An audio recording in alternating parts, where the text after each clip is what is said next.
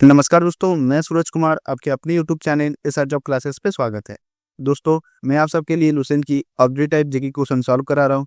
इसके सारे क्वेश्चंस आने वाले कॉम्पिटिटिव एग्जाम के लिए अति महत्वपूर्ण है। जो बच्चे किसी भी तरह के कॉम्पिटिटिव एग्जाम की तैयारी कर रहे हैं, उनके लिए ये वीडियो बहुत ही हेल्पफुल होने वाली है। दोस्तों, आज हम पढ़ने वाले हैं भारतीय राज्य व्यवस्था का 23 नंबर चैप्टर सर्वोच्च न्यायालय। चलिए दोस्तों, शुरुआत करते हैं आज के पहले क्वेश्चन से। आज का हमारा पहला क्वेश्चन है, भारतीय संविधान के किस भाग में संघ न्यायपालिका का उल्लेख है? भाग 2, भाग 3, भाग 4, भाग 5। सही उत्तर ऑप्शन नंबर डी, भाग 5 में। निम्नलिखित में से किसके अंतर्गत भारत में सर्वप्रथम सर्वोच्च न्यायालय की स्थापना हुई? इसका सही उत्तर होगा ऑप्शन नंबर ए, रेगुलेटिंग अधिनियम 1773 के तहत। संविधान के व्याख्याकार और संरक्षक कौन है? राष्ट्रपति, संसद, सर्वोच्च न्यायालय, भारत का महाधिवक्ता। इसका सही उत्तर होगा ऑप्शन नंबर सी, सर्वोच्च न्यायालय। भारतीय संविधान की व्याख्या करने का मुख्य अधिकारी कौन है? लोकसभा अध्यक्ष, राष्ट्रपति, अटॉर्नी जनरल, सर्वोच्च न्यायालय। इसका सही उत्तर है ऑप्शन नंबर डी, सर्वोच्च न्यायालय। भारत के सर्वोच्च न्यायालय की स्थापना हुई थी। इसका सही उत्तर होगा ऑप्शन नंबर सी, भारत सरकार अधिनियम 1935 के अधीन। मूल रूप से संविधान में सर्वोच्च न्यायालय में मुख्य न्यायाधीश के अतिरिक्त कितने न्यायाधीश की व्यवस्था थी? इसका सही उत्तर है ऑप्शन नंबर बी, 7। वर्तमान में सर्वोच्च न्यायालय में मुख्य न्यायाधीश के अतिरिक्त कितने न्यायाधीश का प्रावधान किया गया है? सही उत्तर है ऑप्शन नंबर डी, 33। उच्चतम न्यायालय के न्यायाधीशों की संख्या में वृद्धि करने की शक्ति किसके पास है? इसका सही उत्तर है ऑप्शन नंबर सी, संसद के पास। सर्वोच्च न्यायालय के न्यायाधीशों की निम्न में से कौन सी अर्हता होनी चाहिए? वो किसी एक या अधिक उच्च न्यायालय में लगातार कम से कम 5 वर्ष तक न्यायाधीश के रूप में कार्य कर चुका हो। वह किसी एक या अधिक उच्च न्यायालयों में लगातार 10 वर्षों तक अधिवक्ता रहा हो। वह एक पारंगत विधिवेत्ता हो। उपयुक्त में से कोई नहीं। सही उत्तर ऑप्शन नंबर डी, उपयुक्त में से कोई नहीं। भारत के मुख्य न्यायाधीश की नियुक्ति कौन करता है? इसका सही उत्तर है ऑप्शन नंबर ए, भारत के राष्ट्रपति। भारतीय उच्चतम न्यायालय के न्यायाधीशों की नियुक्ति कौन करता है? सही उत्तर है ऑप्शन नंबर ए, राष्ट्रपति। भारत के कार्यवाहक मुख्य न्यायाधीश की नियुक्ति कौन करता है? सही उत्तर है ऑप्शन नंबर सी, राष्ट्रपति। राष्ट्रपति सर्वोच्च न्यायालय के अन्य न्यायाधीशों की नियुक्ति में किससे परामर्श करते हैं? सही उत्तर है ऑप्शन नंबर ए, सर्वोच्च न्यायालय के मुख्य न्यायाधीश से। सर्वोच्च न्यायालय में तदर्थ न्यायाधीशों की नियुक्ति किस देश की न्याय प्रणाली से प्रेरित है? ऑस्ट्रेलिया, कनाडा, संयुक्त राज्य अमेरिका, फ्रांस। सही उत्तर ऑप्शन नंबर डी, फ्रांस। भारतीय संविधान में तदर्थ न्यायाधीशों की नियुक्ति का प्रावधान है सर्वोच्च न्यायालय में, उच्च न्यायालय में, जनपद एवं सत्र न्यायालय में, इनमें से सभी। इसका सही उत्तर ऑप्शन नंबर डी, इनमें से सभी। सर्वोच्च न्यायालय में तदर्थ न्यायाधीश की नियुक्ति होती है जब कतिपय न्यायाधीश दीर्घकालीन अवकाश पर चले जाते हैं, स्थायी नियुक्ति के लिए कोई उपलब्ध नहीं होता है, न्यायालय के समक्ष लंबित वादों में असाधारण वृद्धि होती है, न्यायालय के किसी सत्र के लिए न्यायाधीशों का कोरम नहीं होता है। सही उत्तर ऑप्शन नंबर डी, न्यायालय के किसी सत्र के लिए न्यायाधीशों का कोरम नहीं होता। सर्वोच्च न्यायालय में तदर्थ न्यायाधीशों की नियुक्ति कौन कर सकता है? सही उत्तर ऑप्शन नंबर डी, राष्ट्रपति की अनुमति प्राप्त कर सर्वोच्च न्यायालय का मुख्य न्यायाधीश। सर्वोच्च न्यायालय में न्यायाधीश नियुक्त होने के लिए व्यक्ति को कम से कम कितने वर्ष उच्च न्यायालय का एडवोकेट होना चाहिए? सही उत्तर ऑप्शन नंबर बी, 10। उच्चतम न्यायालय के मुख्य न्यायाधीश कितने वर्ष की आयु तक पदधारी रहते हैं? सही उत्तर है ऑप्शन नंबर ए, 65 वर्ष।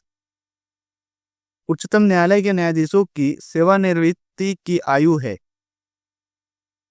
इसका सही उत्तर है ऑप्शन नंबर ए 65 वर्ष। सर्वोच्च न्यायालय का न्यायाधीश कितनी आयु तक कार्यरत रहता है? इसका सही उत्तर होगा ऑप्शन नंबर डी, इनमें से कोई नहीं। सही उत्तर था 65 वर्ष होना चाहिए, ठीक है, इसमें से दिया गया नहीं है, इसलिए इसका ऑप्शन नंबर डी सही होगा, इनमें कोई नहीं।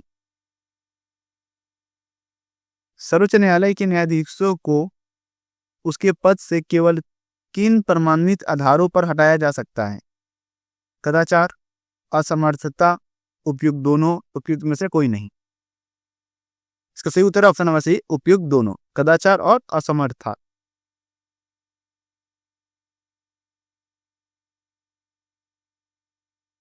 सर्वोच्च न्यायालय के न्यायाधीश को कदाचार और असमर्थता के प्रमाणित आधारों पर संसद किस तरह महाभियोग का प्रस्ताव पारित कर सकती है? इसका सही उत्तर होगा ऑप्शन नंबर सी, संसद के दोनों सदनों द्वारा अलग अलग अपने कुल सदस्यों की संख्या के बहुमत तथा उपस्थिति एवं मतदान करने वाले सदस्यों के 2/3 बहुमत प्रस्ताव द्वारा। सर्वोच्च न्यायालय के न्यायाधीश के विरुद्ध महाभियोग का प्रस्ताव पारित हो जाने पर पदच्युति का आदेश कौन जारी कर सकता है? तो सही उत्तर ऑप्शन नंबर बी, राष्ट्रपति। उच्चतम न्यायालय के पहले न्यायाधीश का नाम बताइए जिनके खिलाफ स्वतंत्र भारत में संसद में महाभियोग का प्रस्ताव पेश किया गया था। सही उत्तर option number B, justice Ramaswamy.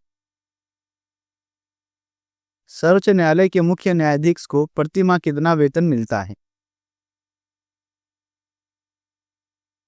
इसका सही उत्तर होगा ऑप्शन नंबर सी, 2,80,000 रुपया। सर्वोच्च न्यायालय के अन्य न्यायाधीशों को प्रति माह कितना वेतन मिलता है? इसका सही उत्तर है ऑप्शन नंबर बी, 2.5 लाख रुपया। राष्ट्रपति और उपराष्ट्रपति की अनुपस्थिति में राष्ट्रपति के कार्यों का निर्वहन कौन करता है? इसका सही उत्तर ऑप्शन नंबर सी, भारत के मुख्य न्यायाधीश। निम्न में से भारत के किस मुख्य न्यायाधीश ने राष्ट्रपति के रूप में काम किया? इसका सही उत्तर है option number A, justice M Hidayatullah. सेवानिवृत्ति के पश्चात सर्वोच्च न्यायालय के न्यायाधीश वकालत कर सकते हैं। इसका सही उत्तर होगा ऑप्शन नंबर डी, किसी भी न्यायालय में नहीं। सर्वोच्च न्यायालय के अधिकार क्षेत्र में वृद्धि करने का अधिकार किसे प्राप्त है? इसका सही उत्तर होगा ऑप्शन नंबर सी, संसद को। कौन सा कानून यह निर्धारित करता है कि उच्चतम न्यायालय की समस्त कार्य अंग्रेजी भाषा में होगी? इसका सही उत्तर ऑप्शन नंबर बी, भारत के संविधान का अनुच्छेद 348। सर्वोच्च न्यायालय किस संस्था का निरीक्षण कर सकता है? इसका सही उत्तर होगा ऑप्शन नंबर सी, अधीनस्थ न्यायालय का। भारत में न्यायपालिका है स्वतंत्र, संसद के अधीन, राष्ट्रपति के अधीन, प्रधानमंत्री के अधीन। इसका सही उत्तर है ऑप्शन नंबर ए, स्वतंत्र। भारत में न्यायपालिका का स्वरूप है विकेंद्रीकृत, एकीकृत, सामूहिक, व्यवहारिक। इसका सही उत्तर है ऑप्शन नंबर बी, एकीकृत। राष्ट्रपति और उपराष्ट्रपति के निर्वाचन में विवाद के मामलों को किसको प्रस्तुत किया जाता है? इसका सही उत्तर ऑप्शन नंबर सी, भारत का उच्चतम न्यायालय। राष्ट्रपति और उपराष्ट्रपति से संबंधित चुनाव विवादों को सुलझाने का अधिकार उच्चतम न्यायालय को है। यह उसका मौलिक अधिकार है, पुनर्वाहिक अधिकार है, परामर्शी अधिकार है, बहुमुखी अधिकार है। इसका सही उत्तर है ऑप्शन नंबर ए, मौलिक अधिकार। उच्चतम न्यायालय को परामर्शदात्री बनाया गया है अनुच्छेद 124 में, अनुच्छेद 137 में, अनुच्छेद 143 में, अनुच्छेद 148 में। इसका सही उत्तर होगा ऑप्शन नंबर सी, अनुच्छेद 143 में, 143। न्यायिक पुनर्विलोकन का अधिकार किसे है? उच्च न्यायालय, उच्चतम न्यायालय, राष्ट्रपति, लोकसभा। इसका सही उत्तर है ऑप्शन नंबर बी, उच्चतम न्यायालय। भारत में न्यायिक पुनरीक्षण की शक्ति का प्रयोग किया जाता है केवल सर्वोच्च न्यायालय द्वारा, सर्वोच्च न्यायालय तथा उच्च न्यायालय द्वारा, भारत के क्षेत्र में सभी न्यायालयों द्वारा, भारत के राष्ट्रपति द्वारा। इसका सही उत्तर होगा ऑप्शन नंबर ए, केवल सर्वोच्च न्यायालय द्वारा। उच्चतम न्यायालय के न्यायिक पुनरीक्षण कार्य का क्या अर्थ है? सही उत्तर होगा ऑप्शन नंबर सी, कानूनों की संवैधानिक वैधता का पुनरीक्षण। न्यायिक पुनर्विलोकन का अर्थ है कि सर्वोच्च न्यायालय को सभी प्रकरणों पर अंतिम अधिकार प्राप्त है, राष्ट्रपति के विरुद्ध दोषारोपण कर सकता है, उच्च न्यायालय द्वारा निर्णीत प्रकरणों का समालोचना कर सकता है, किसी भी राज्य के कानून को अवैध घोषित कर सकता है। इसका सही उत्तर है ऑप्शन नंबर डी, किसी भी राज्य के कानून को अवैध घोषित कर सकता है।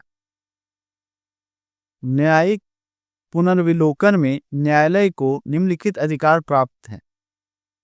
यदि कोई कानून या आदेश संविधान के विपरीत हो तो उसे असंवैधानिक घोषित करना, निचले न्यायालयों के आदेश का पुनरावलोकन करना, निचले न्यायालयों के निर्णय के विरुद्ध अपील सुनना, कानून का इस दृष्टि से परीक्षण की क्या उसके बनाने में निर्धारित प्रक्रिया का अनुपालन हुआ है। इसका सही उत्तर होगा ऑप्शन नंबर ए, यदि कोई कानून या आदेश संविधान के विपरीत हो तो उसे असंवैधानिक घोषित करना।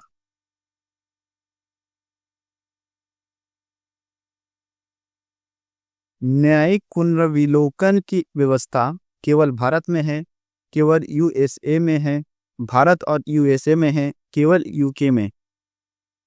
सही उत्तर होगा ऑप्शन नंबर सी, भारत और यूएसए में। केंद्र राज्यों के विवादों का समाधान करना सर्वोच्च न्यायालय के जिस क्षेत्राधिकार के अंतर्गत आता है वह है, इसका सही उत्तर होगा ऑप्शन नंबर डी, प्रारंभिक। निम्नलिखित में से किस मामले को उच्च न्यायालय में प्रत्यक्ष रूप से दाखिल नहीं किया जा सकता है? इसका सही उत्तर होगा ऑप्शन नंबर ए, दो अथवा अधिक राज्यों के बीच विवाद।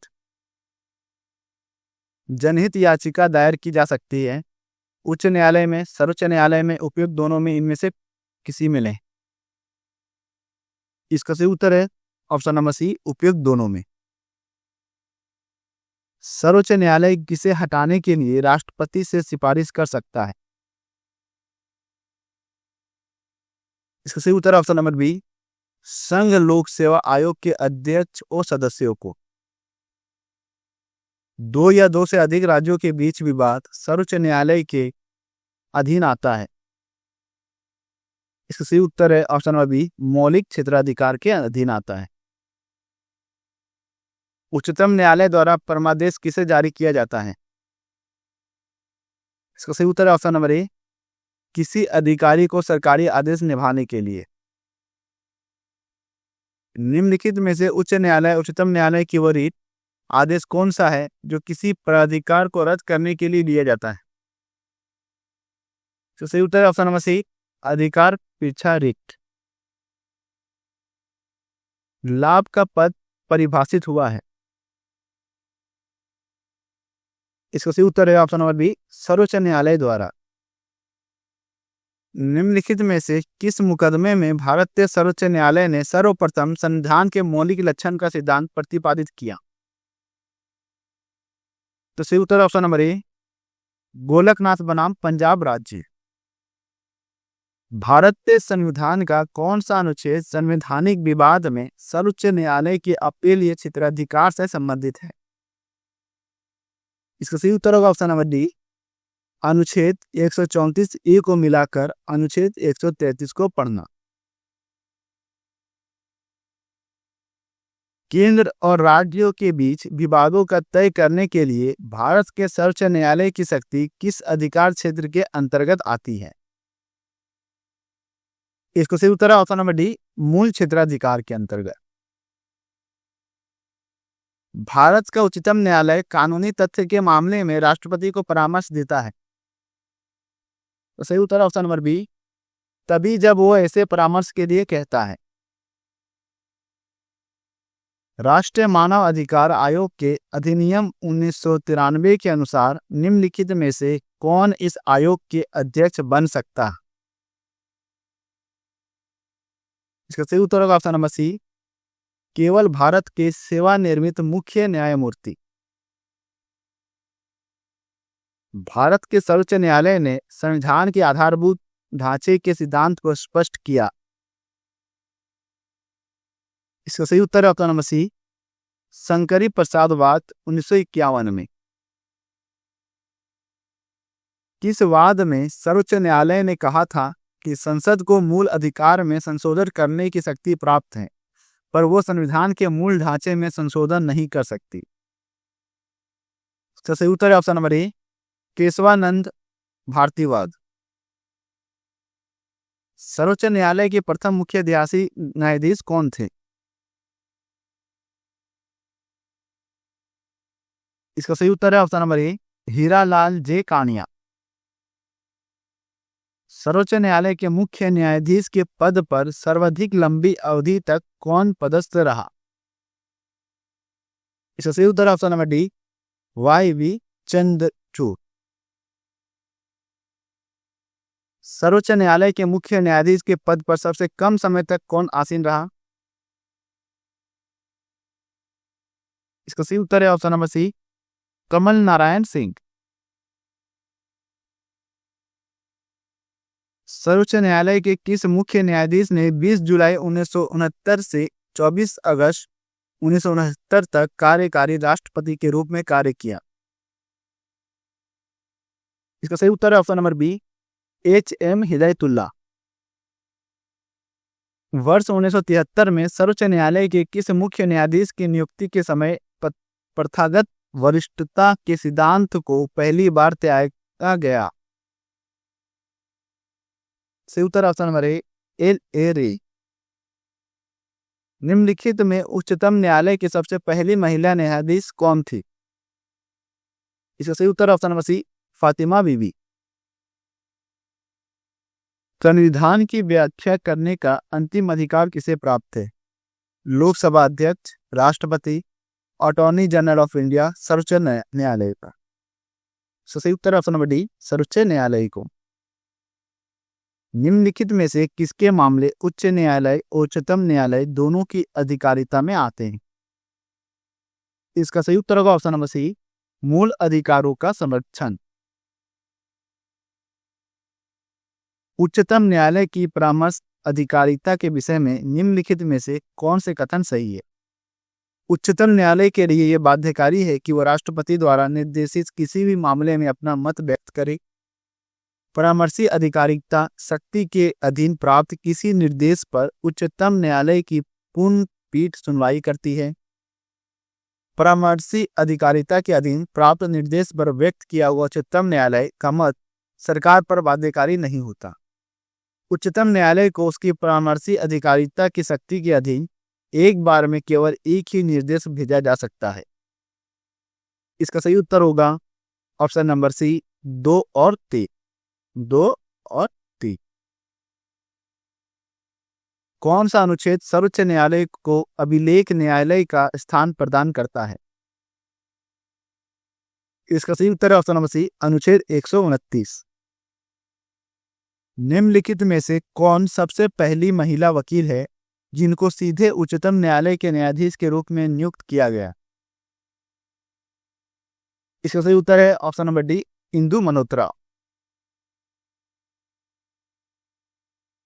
परामर्शदायी अधिकार क्षेत्र के अंतर्गत उच्चतम न्यायालय किसी विधि के पक्ष या जनता के लिए विशेष महत्व के तथ्य पर परामर्श देता है जो उसे भेजा जाए। उसका सही उत्तर है ऑप्शन नंबर डी, राष्ट्रपति द्वारा। जब भारतीय न्यायिक पद्धति में लोकहित मुकदमा अपील लाया गया तब भारत के मुख्य न्यायमूर्ति कौन थे? इसका सही उत्तर होगा option number D, P.N. Bhagwati.